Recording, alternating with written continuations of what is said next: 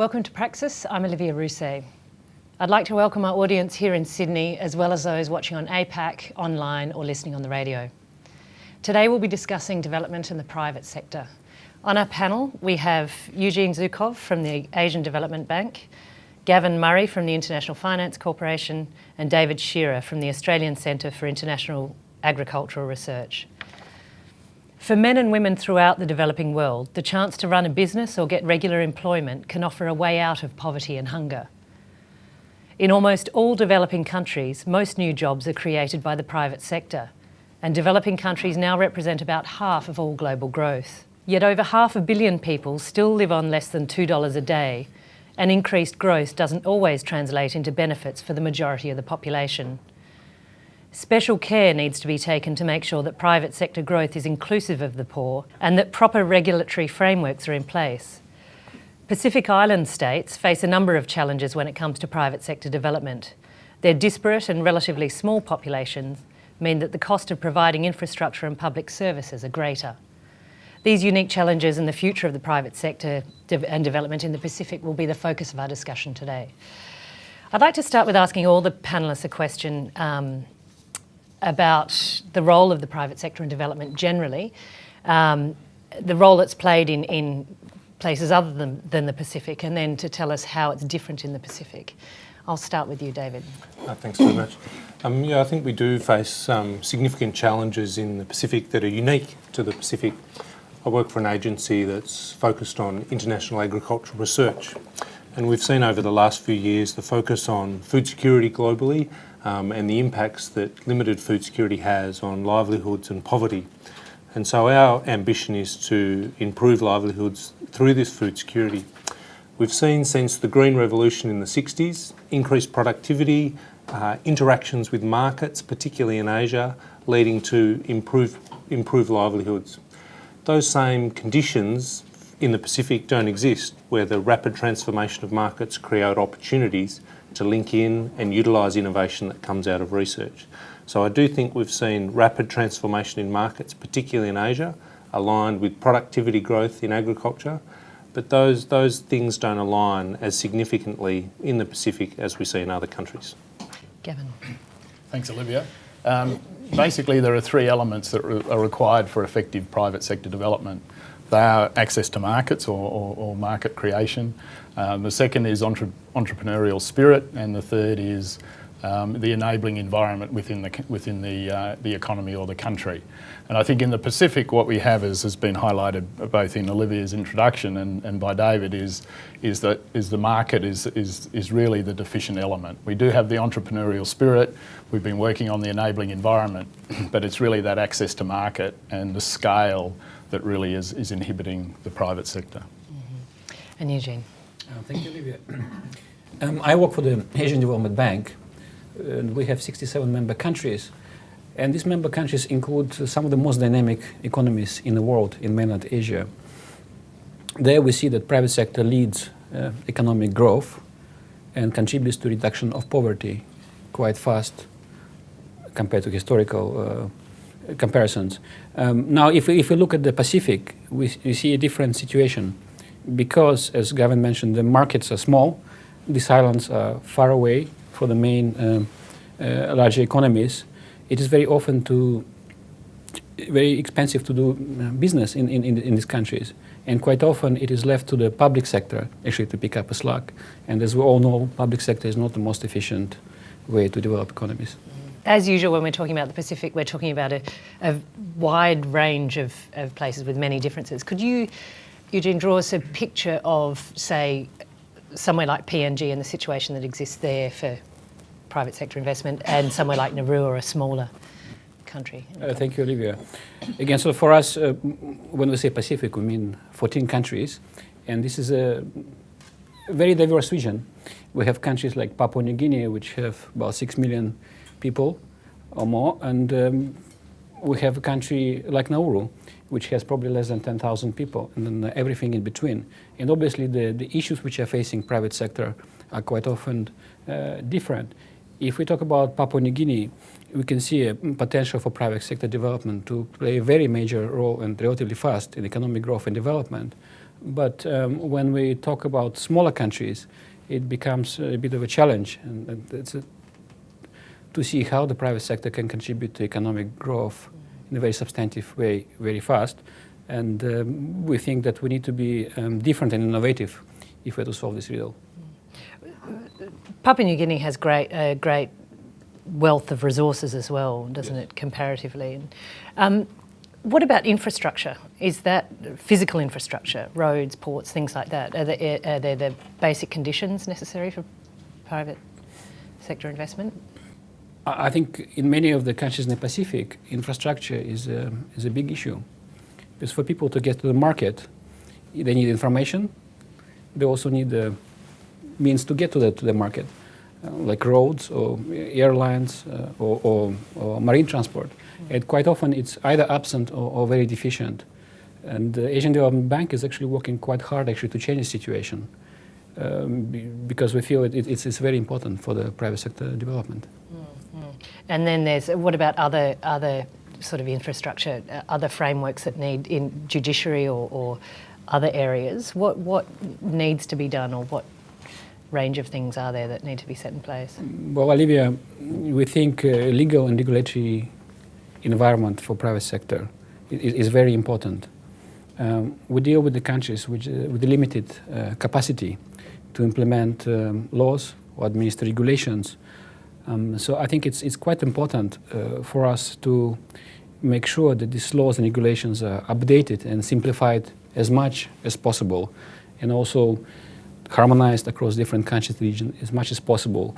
We think it would be very conducive to private sector development if that happens.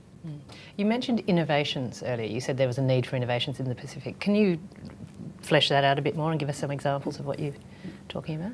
Yes, thanks, Olivia. Well, the curse of the Pacific is sort of its smallness and remoteness, which makes actually it's very expensive for business to exist and be productive. And we think that innovations and new changes in technology that have been happening in the last few years are helping us to address this issue. I'll mention a few things. One is the introduction of mobile telephony, which contributed quite significantly to economic development in the Pacific. For example, as former treasurer of Papua New Guinea mentioned in one of his recent speech, introduction of mobile technology in Papua New Guinea actually contributed 2% of growth to the GNI, gross national income. Another area for innovations has been introduced through reforms is introduction of more reliable and cheaper airline services with the companies like Pacific Blue and other budget carriers. It became easier and less expensive for businesses actually to trade between countries. These are just a couple of examples. And in talking about sort of regulations and frameworks in place, you talked about a need for it to be there to be some parity with countries throughout the Pacific. Can you how easy is that, or how hopeful are you that I think we've had some successes in this area already, and if I were to pick up one particular area, it's a company law. Company law. What is important about it? It's the way for people actually to register formal businesses, and in many of the countries, these companies' law are based on very outdated, sometimes even 19th century, let's say, British legislation. We means Asian Development Bank, have worked very hard with a number of Pacific countries actually to update these laws, make them very simple, and also harmonize them across the countries. And if we take example of Solomon Islands, it used to take about 4 months for a person to register a company under the old law. Under the new legislation, actually, it's possible to do within a few hours and do it online without actually coming physically to the office. Because you're talking about a lot of people who may not be who may not be within working within the formal economy anyway, and for them to then understand what they need to do to go through those processes, I imagine it's quite inhibitive. It is. It can be quite inhibitive.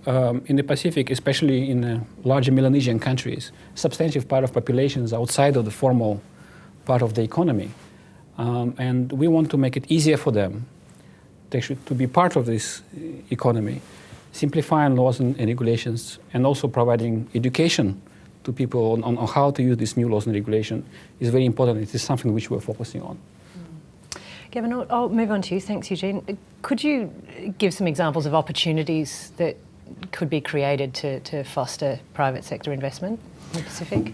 Yes, and I think just going back to the first question as well, I think, to really address the opportunity for the private sector in the Pacific, we have to look at it in a very different way. And typically, we look at things in isolation. So foreign direct investment has been one way in which we've looked at trying to encourage and open up markets for, particularly in the Pacific, for offshore investors to come in and bring their know-how and their capacity into these markets. And that has worked particularly well in the telecommunications area, where large foreign-owned companies have moved in under the liberalised market, which the World Bank had worked on over a number of years. And you could sit back and say, okay, well, that's been a great success, as Eugene was saying, in terms of now, increasing access and the contribution to GDP, and it's breaking down, physical, geographical barriers and giving people access to information and to communications. But then I guess what we've now tried to do is look at that in more detail and the business model, and to say how does that actually operate in practice. And I think one of the things that still sort of plays large in my mind is an experience I had at Kokopo Market in East New Britain in Papua New Guinea, where a Papua New Guinean woman was very proud to show us her Digicel stand and operation in the market. 2 years ago, she didn't have a job. She worked at home in the garden and other things. When Digicel came into the market, they were looking for people who would be effectively resellers, so they could set up on their own and sell. Everything is prepaid, so you buy a prepaid card, and also they would sell the phones and other things. So she had the opportunity to set up her own business. She was very successful, and now she has 7 people working for her, including herself. And so she's employed some of the young boys who were on the street, who had nothing better to do. She's educated them. She showed them, how to be more responsible and how to respond to the market. Again, you could just sort of leave it there and say, well, that's a great example, and that's a success of the Digicel business model in terms of employing about 3,000 of these people in the country. But then what we've done now is look at that further and to say, well, how do you actually build on that entrepreneurial spirit and the success of those individuals to build their capacity to operate and run a business, and to really build on that, so that perhaps then they can be providing services to other people. And I think this is something that we've identified in the Pacific, is that while there's tremendous opportunity for the private sector, it tends to be very small operators. So they're not the sort of businesses that we're traditionally looking at in a more developed market, as you might see in Australia or New Zealand, or even in Asia, where you tend to have larger operators. There's agglomeration. In the Pacific, I think the opportunity is at the very small business end, even what we would call the micro end, in terms of what we see. What about only about 20% of the population in the Pacific has access to finance? What about what kind of things need to be created? For instance, with this woman at the market, would she have had access to microfinance, or where do we need to, or where does the Pacific need to go in terms of finance? Yeah. There's a number of different dimensions to that question, but I guess if you take Mary, who's in Kokopo Market, basically she would have started off with cash. It's largely a cash-based economy, so she would have come along to the master distributor from Digicel when he turned up in East New Britain, and she would have said, all right, well, I've got 50 kina, what can I get? And they would have given her 4 phones and a pile of recharge cards. And so everything was done on a cash basis. The constraint to her business is really how much cash she has. And so what she'd then be able to do is, as she accumulated more money, she actually then was able to expand her business.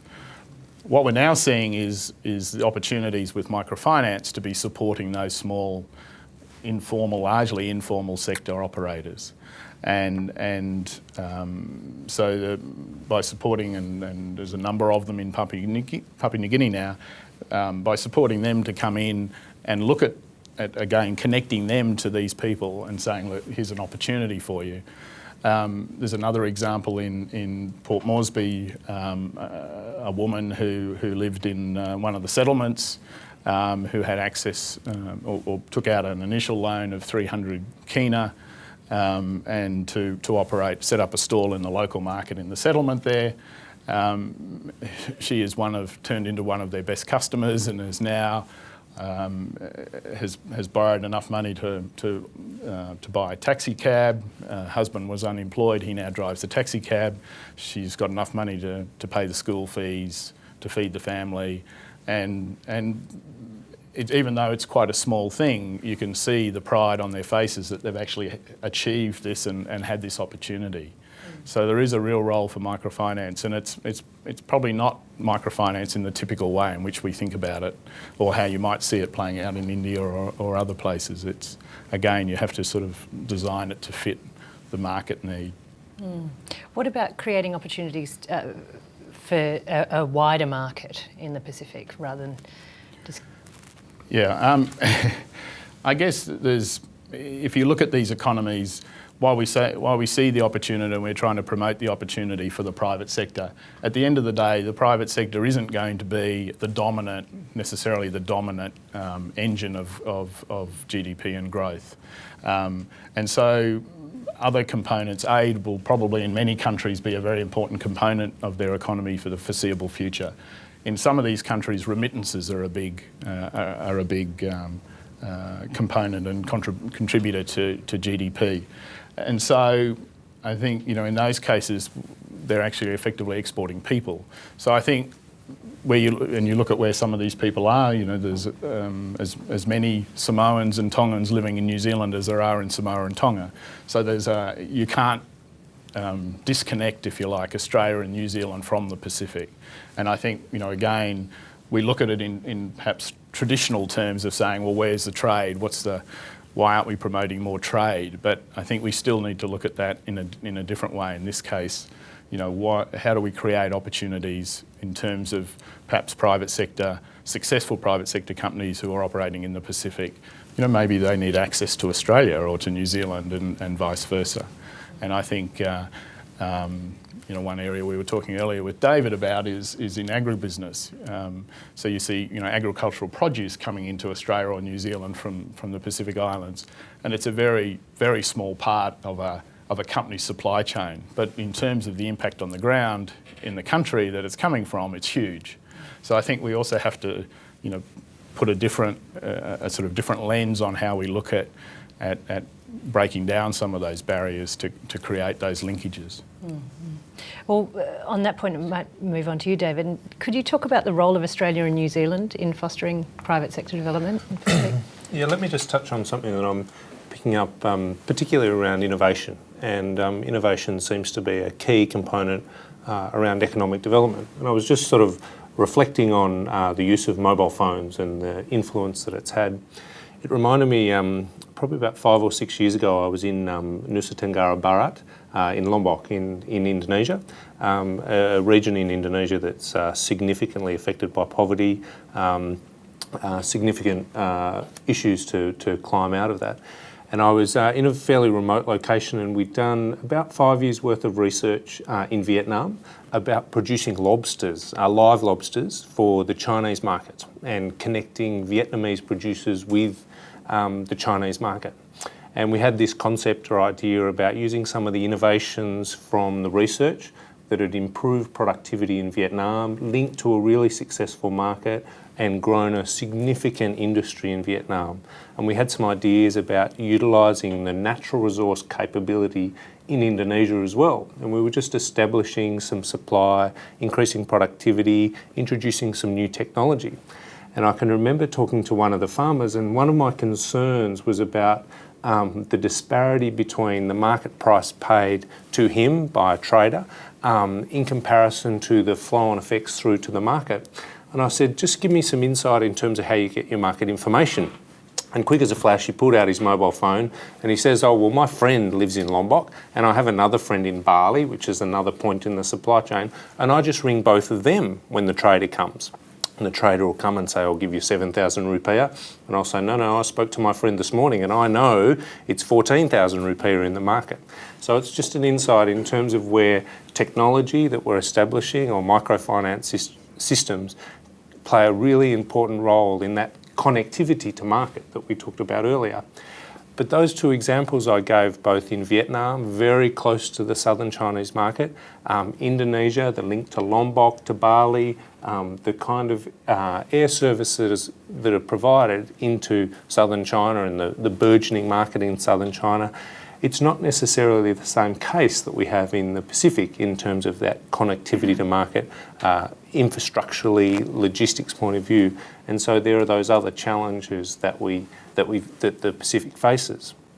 We have played a role in research and innovation, and I understand that there's often a concern about the output of research and where that flows through in the impact pathway, which is we're quite interested in.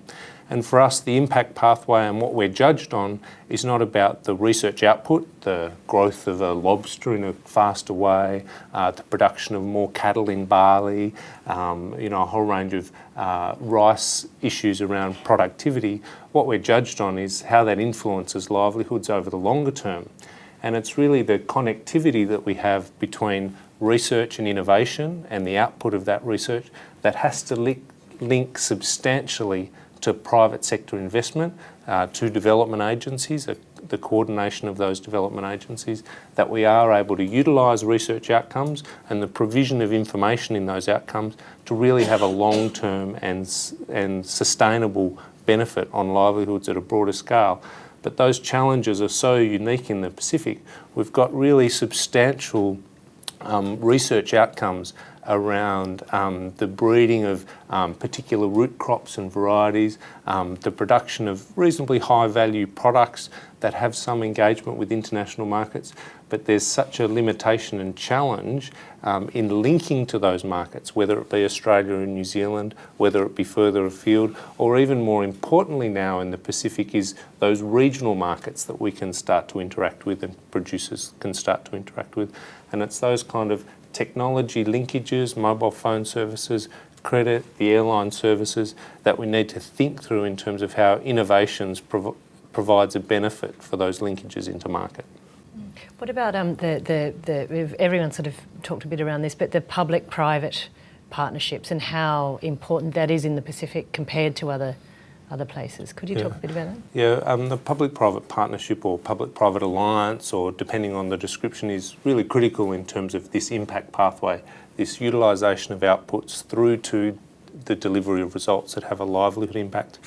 But I want to sort of start off with the government-to-government relationship, and the organisation I work for plays a really important role in building capability and capacity of institutions in developing countries to have the capability to carry out their own agricultural research that has an influence on food security and it has an influence on markets that they're able to access.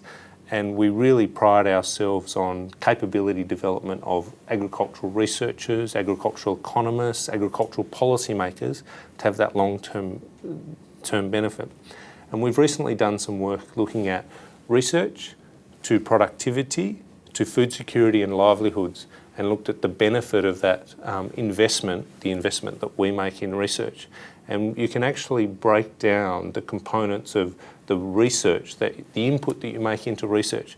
And the most important piece to focus on is the people and the people's capability in terms of their capacity to carry out successful research that influences agricultural productivity, that influences food security, that influences people's livelihoods. So it's our investment in those people right up front that has that broader benefit of livelihood benefit across a whole broad, vast range of people. So the government-to-government interaction, the building of research capability is important to what we do. But to take that a step further, we're not going to deliver results through innovation unless there is that engagement with the private sector all the way along the pathway from the point of production and even inputs into production through to the market. A lot of the private sector engagement is in input supplies and how there's a public-private interaction for that, but also more influentially, it's how that public-private sector engaged through to the market. In Asia, we've seen a rapid transformation of markets, and there's been some criticism over the longer term, particularly in food markets, of the modernisation of markets and the globalisation of markets, and a very small number of companies controlling food supply globally.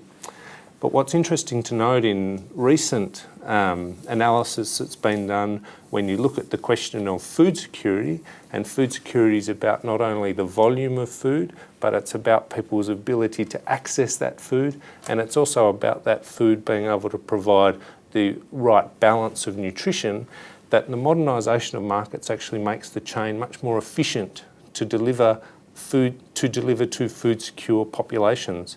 So as we've seen modernisations of markets, particularly in Asia, we're seeing some benefit of overall food security. Then the challenge in the Pacific becomes that that same wave of modernisation in the food sector doesn't have the same market drivers to influence how it's transformed, whether that be in Latin America, whether that be in Asia, and we're starting to see some of that influence in aspects of Africa as well. And that's a great challenge in terms of where Gavin's question was going, in terms of how does aid or the range of institutions that we have here operate in those markets and in those places, particularly around innovation in those marketplaces. Go ahead. Yep.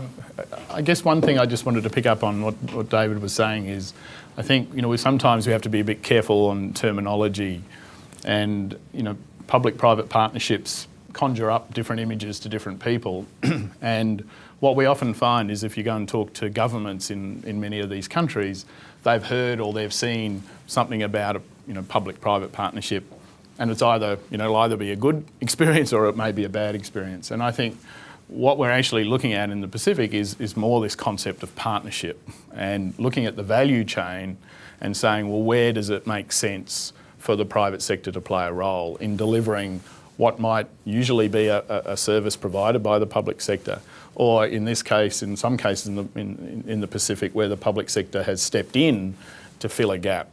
And I think it's not saying that the private sector can provide everything and is the solution. It's actually saying what is the need, what's the value chain, and where are there logical points of partnership along that process. And I think David's point about typically often we think about it at the input end as opposed to at the impact end. And I think if you are saying, well, how does the private sector really contribute to decreasing poverty, to increasing employment? There are, in the Pacific, it's not going to be either or, it's probably going to be both together. How do public and private work together to try to address these issues? What about the connection between private sector and aid delivery? Is that... We could probably spend the whole day talking about the aid effectiveness review, and we'll go to questions. So just we agreed we wouldn't do that. But I think two things that have come out of the aid effectiveness review is both the importance of the private sector as a deliverer of aid, as well as private sector development being a very important opportunity for aid in terms of coming back to David's point about the effectiveness of the impact. And I think what you've seen is a very strong push to more results, more governance, more accountability, and I think through that lens you can see the private sector actually being a very efficient and effective way of actually both delivering aid and also being a recipient of aid to have the greatest impact. Okay, I will open up to the audience now if anyone has a question. Hi, my name's Nigel Hall from the European Investment Bank. I'd just like to pick up on one of the things in your introduction, Gavin. You mentioned the three factors: access to markets, entrepreneurship, and enabling environment. One of the things that I think we find quite difficult from the IB's side in terms of trying to find suitable investment opportunities to promote the private sector growth is a little bit the problem of having the right balance in terms of capability between the private sector and the public sector in the Pacific. One of the hazards, we've talked about how difficult it is in the Pacific with very small governments, very small communities. And so if you're trying to bring the private sector in, for instance, into, say, the power sector or the port sector or water or waste. These are all areas where, in other parts of the world, the private sector has a very efficient and it works very well bringing the private sector into this. It's been much more difficult to achieve in the Pacific, and part of the reason I think for that is that there's an imbalance. It's very difficult to have the capability at the government side, on the public side of the public-private partnership, to be able to make those things happen. Because on the one hand, you have to have an environment that's attractive to the private sector, but on the counterpart of that is you've got to have people that can control it, because the motivation, of course, is quite different. And I think that's an area where, certainly on the aid side, perhaps the most effective use of aid can be in providing governments with that capacity. But I'd be interested to know any comments that perhaps you might like to make on that, maybe on the agricultural side or either Eugene or Gavin. Thank you. Thanks, Nigel. Yeah, it's a very good question, and I guess we sort of skimmed over it a little bit. Although I think it was sort of touched on earlier, and that is that, you know, in these very small economies and small countries, obviously the depth of capacity is limited. And so again, I think that's why we sort of have to look at trying to do things in different ways. You know, trotting out a normal PPA for a power deal, you know, with a large power operator in a small country is never really going to work. I think the examples of where we are seeing some success in a number of these sectors is where certainly the aid providers on a bilateral basis have gone in and either, you know, provided the funding and the capacity for a regulator, so a regulator in the telecom market or in the electricity market or in the, you know, in other, you know, service areas. And I think that certainly is where aid and on a bilateral basis can play a very important role, because that does then provide, I guess, the ability for then, you know, the private sector to come in a much more structured and serious relationship where there is clear separation of power. Thanks. To get private sector developed, you actually have to also work with the government. I think the issue many people picked on is the limited capacity of the government actually to help private sector, and sometimes the tendency for the government actually to substitute the private sector. So when we talk about private sector development, we're talking both about enabling environment and also actually making investment in the private sector. For example, in the case of Papua New Guinea, if we and our colleagues did not work on a regulator, ICCC, the investment which was eventually done by Digicel, mobile company, would not have happened. And David, did you want to add anything? Yeah, I guess there are strong similarities in the agricultural sector. I'm just reflecting on 15 years ago in Australian agriculture, there was a very clear separation between research, development and extension, and that's a key component of a development pathway, or as we would describe, an impact pathway. And there are a range of different mechanisms to squash those things together, and primarily through investment. You will do it this way because we're saying to you we want industry-based outcomes, and that was really the driver behind the development of rural development corporations in Australia, which combine industry and government and invest together. And so there are some of those challenges that we face, but there are also some, I guess, in agriculture and stories in the Pacific where it's not the case now that government's investing in a component of research that is hopefully having an effect on industry development that then goes on to have an effect in economic development. Now we're at the point in terms of the development of partnerships and research partnerships is that we have private sector engaged in the partnership. It used to be in-kind engagement in the partnerships, but now within the organisation I work for, we have a couple of examples of the private sector actually investing in a government agency that will invest in agricultural research for broad, longer-term benefit. And so we're starting to see some transformation of that partnership, but it's about how the partners align and for what benefit and in what way. Any other questions?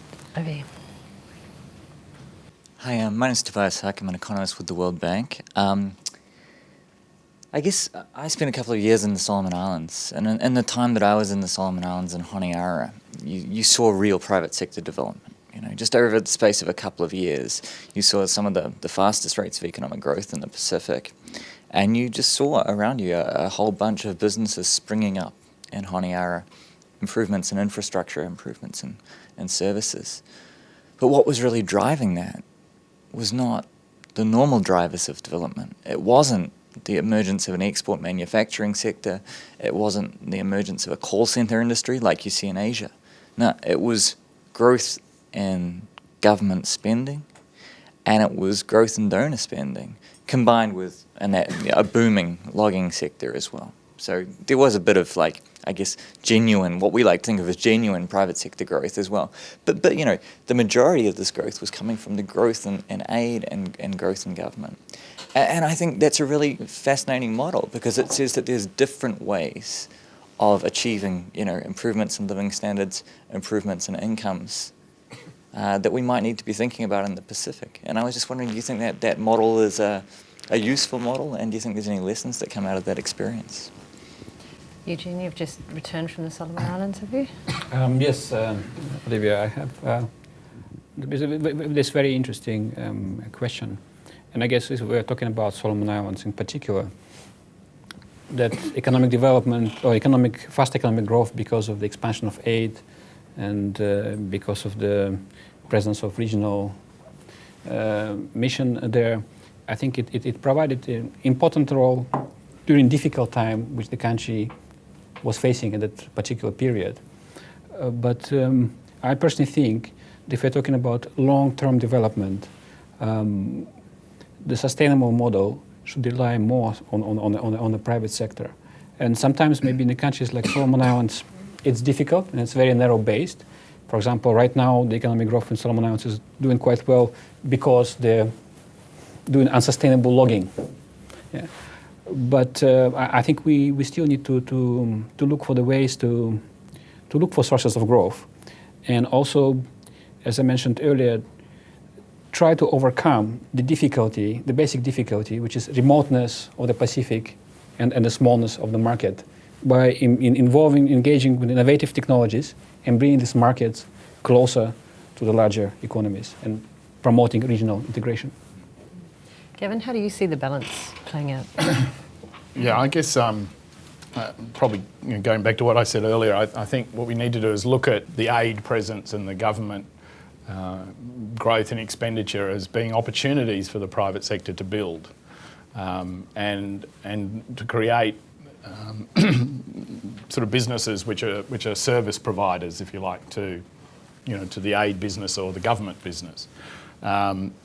But I think we've got to be careful that we don't see that as an end in itself, that you're actually using that as a way of building the small businesses and then also providing capacity to them, finance through the various mechanisms to them, and then also trying to create other opportunities around other activities. And I think in the Solomons, you've got the opportunity there where you have got some natural resources, whether it be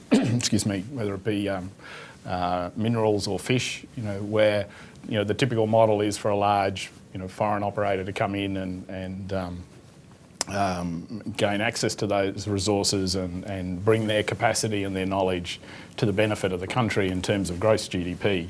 But again, it's how do you actually then perhaps some of these businesses that are supporting the government business or the aid business, then linking them into some of these bigger developments and saying, well, actually, you can provide a lot of these services locally. You don't need to be importing, that particular piece of capacity. David, do you want to add anything? Very little. I think my panellists, my colleagues have, I guess, alluded to some of the concerns around this model around the aid reliance. But I guess, Tobias, one of the things that you raised at the end of your question was what are the lessons that we can learn? And I think it's about what are the lessons we can learn within that model that's occurring in the Solomon Islands at the moment over the longer term and over a much longer time frame that we generally think. And I think that's probably a better way to look at it rather than a continuing reliance upon aid. How has aid had an influence over what period of time in that economic development, and how's it transitioned out of that? Any other questions? Thank you very much for this talk. My name is Patricia Parkinson. I'm an independent consultant on environment, climate change issues from the legal perspective. You've talked very well about the particularities of the Pacific region, but nothing's been said yet about climate change and how that affects, from your perspective, your approach to either the support to the countries, and if you see any positive aspect of climate change impact in the Pacific. I mean, there's always this talk about climate change. It's a big threat, but it can be also big opportunities. How does that reflect in the Pacific context? Okay. David, do you want to take that first with regard to food and agriculture and climate change? Thanks, Olivia. Obviously, it'll give you guys a bit of time to think. So I'm not going to talk for long, so think quickly. Obviously, there's a significant influence of climate change, and the models would start to predict that. One of the things I guess that we're grappling with at some point is the realities of how climate change is going to influence agricultural production systems globally. You alluded to that there are potential positives and benefits, and from a global productivity point of view, yes, there are regional winners and regional losers in that case. It's interesting to note the importance of climate change in Australia's aid agenda and the growing importance of that and the commitment that the government's made to climate change, and really looking at limiting the effect of climate change on poverty globally. And the work that our organisation's involved with is primarily focused in climate change actually in Asia, so more limited response in terms of the Pacific. Suspect yes, it will have an effect. Do I have any information in terms of the detail of that effect in the Pacific? No, unfortunately I don't. Are there, just to add on to that was part of the question, but are there any positives apparent from climate change in the Pacific generally when it comes to food and agriculture or other things? In my understanding, there's not too many positives about climate change in the Pacific in relationship to food production and food security. Gavin? Yeah, I think it's a very good question, and I think as David was saying, in the aid effectiveness or in the response, the government has made climate change one of the core themes, and similarly with our institution, it's one of our core themes is climate, and I guess the typical way in which we look at that in a lot of our other major countries around the Asia Pacific is it's a mitigation issue, and I think what's happened is there has been now some work started, and ADB are leading some of it, and the World Bank are leading some of it around adaptation issues in the Pacific. But I think getting to your question of opportunities is sort of taking it to that next level, and I guess I'm not aware of anyone actually having sat down and looked at, well, if somebody's going to lose out on this issue, is that an opportunity to gain over here? I think at the moment the adaptation issues and the impact issues of climate change are still, so large in everyone's mind in the Pacific, and you see that when you hear the governments talking, is that they're always bringing this up, that they want more help. That's really at where the debate is currently sitting. I think the big issue for them is more erratic weather patterns and the greater frequency of high intensity storms and rising sea levels, and storm surges actually is probably the biggest issue, rather than, because that's happening more quickly. So climate proofing infrastructure is a, I guess you could say, is an opportunity, because it's an opportunity to gain, if you're looking at it through a private sector lens, to say, well, more aid needs to be put into climate proofing infrastructure in these places, and therefore there's a service opportunity there for the private sector. Eugenue, you also mentioned earlier with the Solomons that the logging was not sustainable. Just broadly, if you could answer as well about environmental concerns when it comes to private sector investment and how much that is sort of tied into an approach. Are there enough protections in place, or do you think, especially with mineral-rich or resource-rich countries, how at the forefront of things is the environment? I think, Olivia, if you allow me, I'll go back first to the original question, and just to emphasize what Gavin was saying. For the Pacific, climate change is the issue. For many countries, it is an existential issue.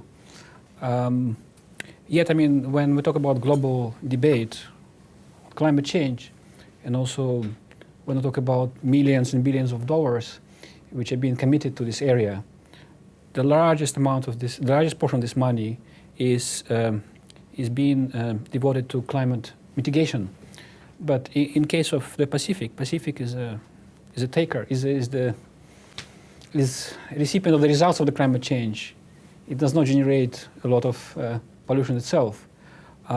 So we feel, and we actually advocate, that there should be more attention paid to the issues related to climate adaptation as well. This is very critical for the Pacific, because if you look at the countries like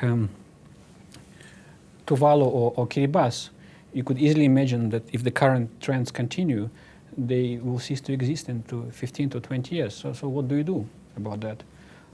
From our side, what we do, where we think it's feasible actually, we try to climate-proof all of our investments. What does it mean? It means if we build a bridge, we want to make sure that it's high enough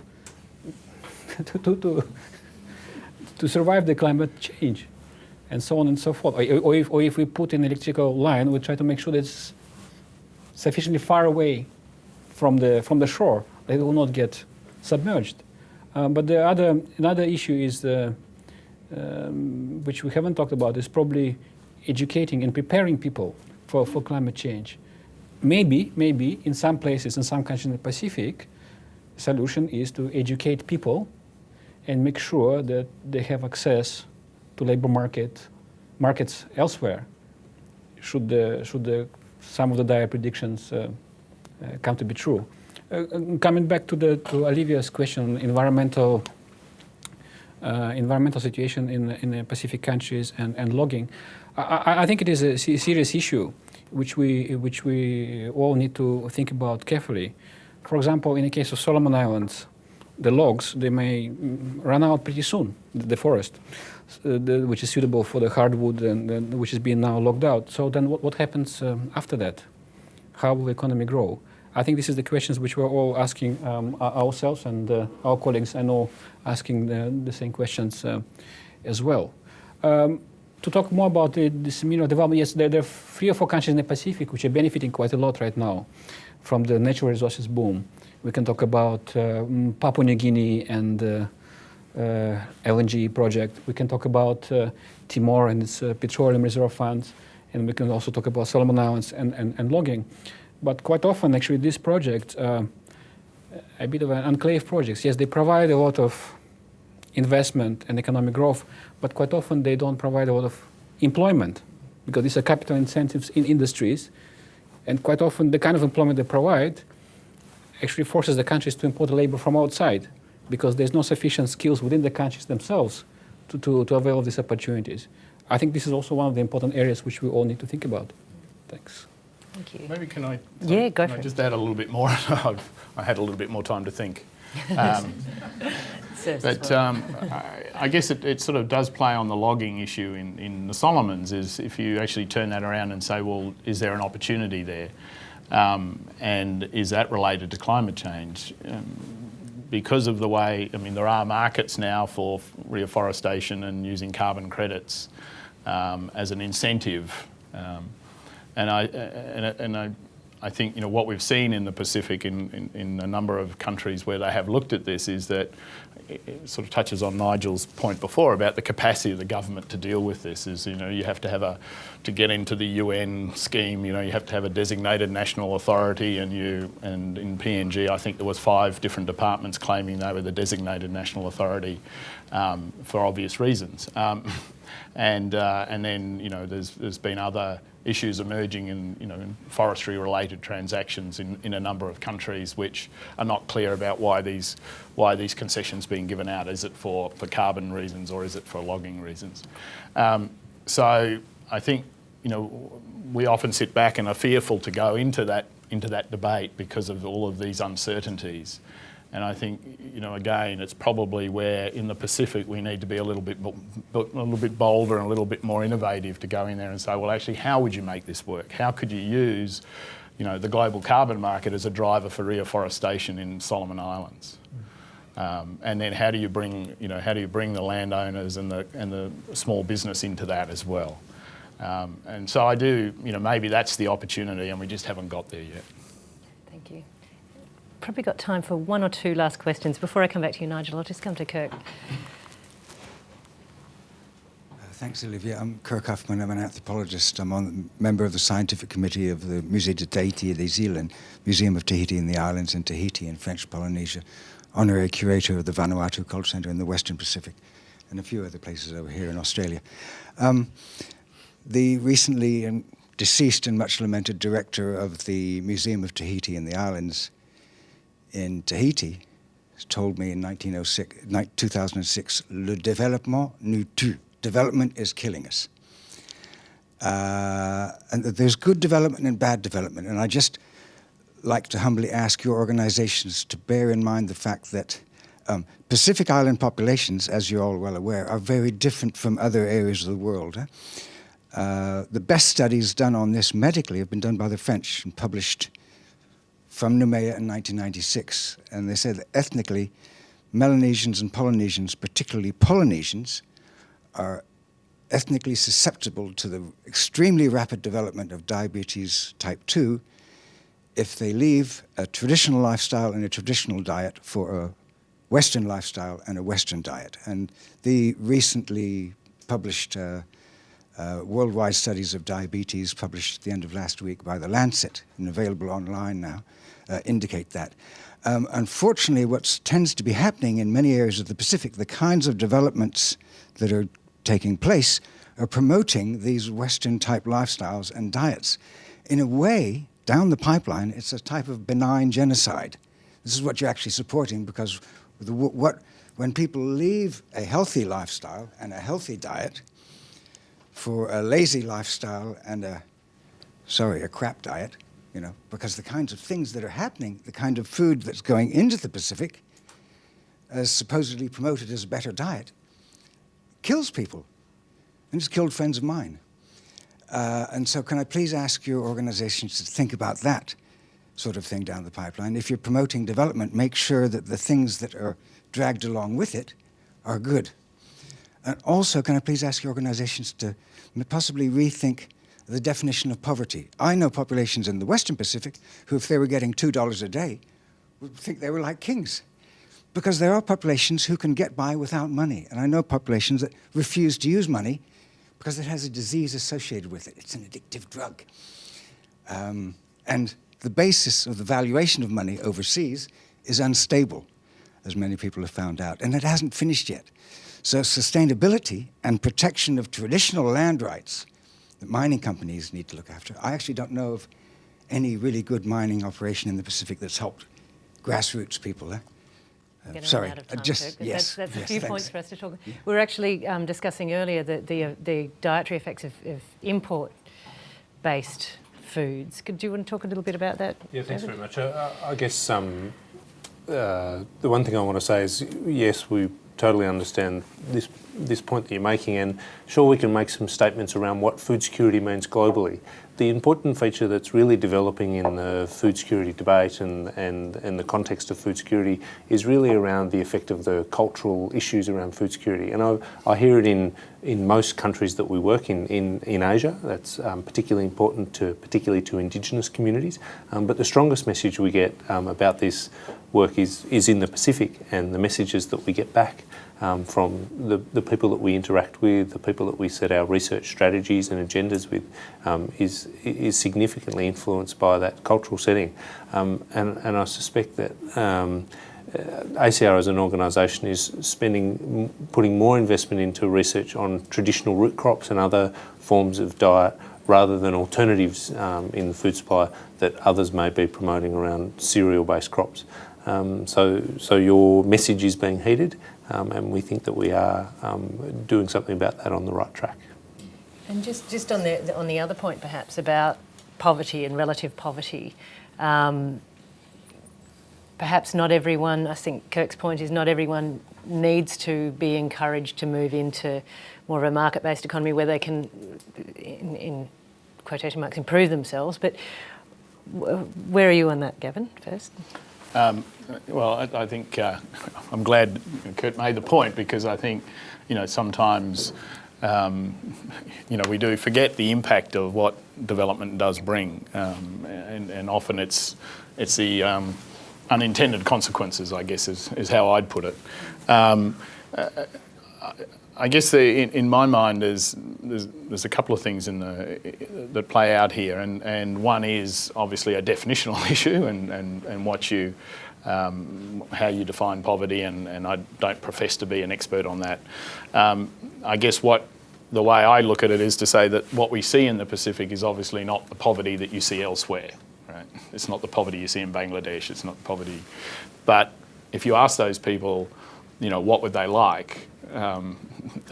They have needs and aspirations, and so I guess what we're trying to do is through our focus on that is say, well, what role can the private sector play in terms of fulfilling those needs and aspirations of those people? And a lot of times, I agree. I mean, they don't necessarily want money or need money, but they want something to do, and they actually like to be productive. And I think the challenge, and this comes to David's point from a cultural perspective, is how do you fulfil those needs and aspirations of people who are leading a subsistence agricultural lifestyle, who feel that they're not getting the services and the benefits that they would like, that they believe that they should get. And I think that's the real challenge. I think it's the challenge that all the governments in the Pacific are facing, and it's the challenge that I think the development community are facing as well. And we were discussing this before, is that, and I guess the point of this whole panel has been, I think we do need to look at the Pacific differently, and not say, Western way is the right way for you. I think unfortunately there is this inherent connection with, well, not unfortunately, maybe fortunately, there is an inherent connection with Australia and New Zealand, and a movement of people and a movement of I guess aspirations in that regard. Sorry, we're just about out of time. The bells are ringing. The bells are ringing. I just want to pick on the point which Gavin was making. Yes, I mean, nobody's dying. Not many people dying from hunger in the Pacific. Even if the poverty in the region is quite different. But let's remind ourselves of the Millennium Development Goals, which are due to expire in 2015, and let's look at how the region actually is positioned towards achieving these goals. I think we can argue about the benefits of Eastern diet versus Western diet, but I think it's indisputable that we want people to have access to health. We want people to have access to safe drinking water, and so on and so forth. And I think actually the region still has a lot of work to do in this area to provide for these basic things for its population. And I think quite often we focus on a public sector to ensure that these services are provided. But the challenge is for us in the Pacific actually also to involve private sector to make sure these goals are met. Okay. I'd like to ask you to join me in thanking our panellists, Eugenue Zhukov, Gavin Murray and David Shearer. Thank you very much. And I hope you can join us in a month's time for the next Praxis. If you'd like to subscribe to the podcast of Praxis or watch online, you can go to worldbank.org/Praxis. Thank you.